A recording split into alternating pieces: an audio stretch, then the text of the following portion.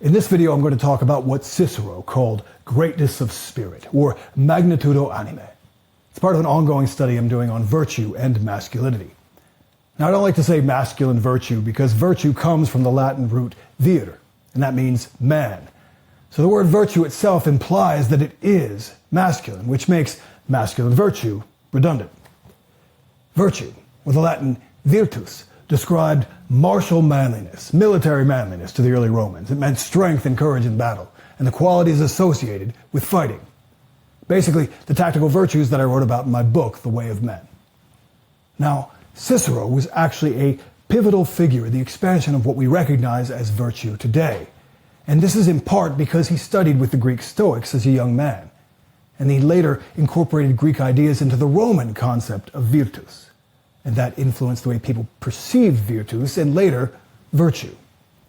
So before we dig in here, I'm going to give you a little background on Cicero.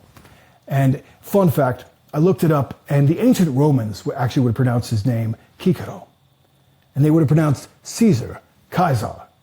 But even in academia, I don't ever hear anyone say that. So I'm just going to say Cicero and Caesar, so we don't confuse everyone. Marcus Tullius Cicero was a man from a wealthy but not noble family who became an important politician, lawyer, speaker, and writer in ancient Rome. He was a defender of Roman republican principles, and he opposed the rise of Caesar to dictator perpetuo, or forever dictator. After Caesar was assassinated, Cicero retired to his country estates to write for a few months before he was ultimately executed in 43 BC by the Second Triumvirate led by Caesar's heirs, Antony and Octavian. His head and hands were displayed on the Rostra in Rome, a place where he often gave public speeches. During Caesar's last year, he wrote a book addressed to his son titled De Officiis, or On Duties, explaining how he thought a man should behave. It's a great book full of all kinds of observations that still feel relevant, and De Officiis has been extremely influential throughout history. It was actually one of the first books in print, printed just a few years after the Gutenberg Bible. De Officiis is a powerful example of pre-Christian masculine thinking about morality, or what it means to be a good man. I highly recommend at least reading the first book, and there are links to the versions that I read in the notes below. In De Officiis, Cicero lays out his 4 cardinal virtues: wisdom, justice, fortitude, and temperance. And these virtues match a similar set of virtues from Plato's Republic. But Cicero presents his own specifically Roman versions of these virtues, filtered through Stoic interpretations and placed in the service of the Roman Republic and people.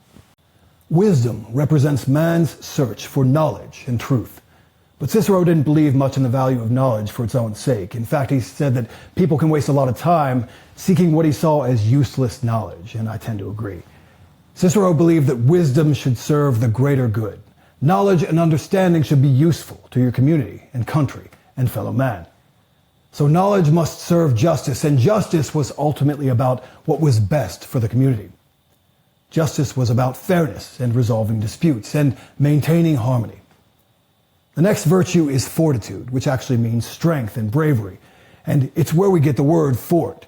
I'm going to talk a little bit more about fortitude in a moment, but before we get to that, I don't want to forget the 4th cardinal virtue, which is temperance. For Cicero, temperance means moderation and propriety, doing the right thing at the right time and for the right reasons, not allowing yourself to be affected or overcome by passions or emotions. Fortitude.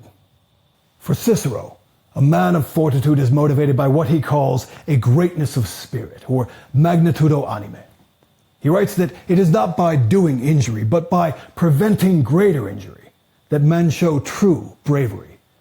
And men who are great in spirit are not motivated by fame or the caprice of the ignorant rabble.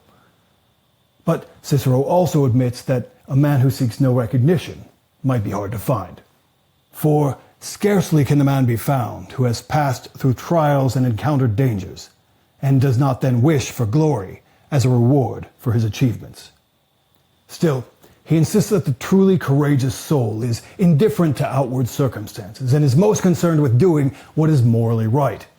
So, what is just? And as I said earlier, for Cicero, that means what is best for the community, for the Roman Republic, and broadly speaking, for mankind.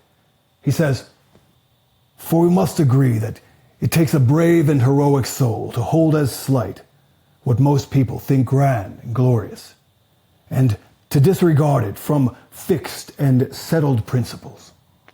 And it requires strength of character and great singleness of purpose to bear what seems painful, as it comes to pass in many and various forms in human life, and to bear it so unflinchingly as to not be shaken in the least from one's natural state of the dignity of a philosopher. So the man possessed by greatness of spirit must refuse to be moved by passion. He's motivated only by principle." Glory. Now, there is a contrast here between the Homeric hero, who faces danger precisely to achieve fame or undying glory, and Cicero's man of fortitude, who enters the fray because he believes that it is the right thing to do, no matter what the cost, and with no concern for glory whatsoever. In fact, Cicero points out that military leaders often do harm to their country by seeking individual glory in battle, when negotiation may have better served the greater good. Cicero, who did not have an impressive military record, expanded the idea of virtus from courage in battle to include social courage. And he believed that it was essential for men to risk speaking their mind and saying what they believed to be right, no matter what the cost. Cicero knew that public life could be dangerous too, and since he was later executed for his principled republican positions, we could hardly accuse him of being melodramatic. Now, social fortitude is not quite the same as physical courage in battle, but it does require overcoming fear and taking risks. There's a tendency to become delusional and hyperbolic when we overuse the metaphor of war for social, business, or political conflicts. I don't believe we should call ourselves warriors unless we have actually made war. However, so many men today are afraid to use their own names and faces to speak their own mind or advocate for what they believe is right, because there may be social or financial costs for doing so. But for those who choose to take those risks, while they're not warriors, they can look to Cicero's magnitudo anime and the way he conceptualized fortitude for inspiration and guidance. Now, Stoicism became popular with men a few years ago, and a lot of men started reading Meditations by Marcus Aurelius. But I rarely see men reading the work of Cicero. So if you're interested in Stoicism, the history of virtue, masculine morality, or even the late Roman Republic, check out De Officiis, or On Duties, by Cicero. You can find links to the versions that I read in the notes below. I'm Jack Donovan. Stay solar.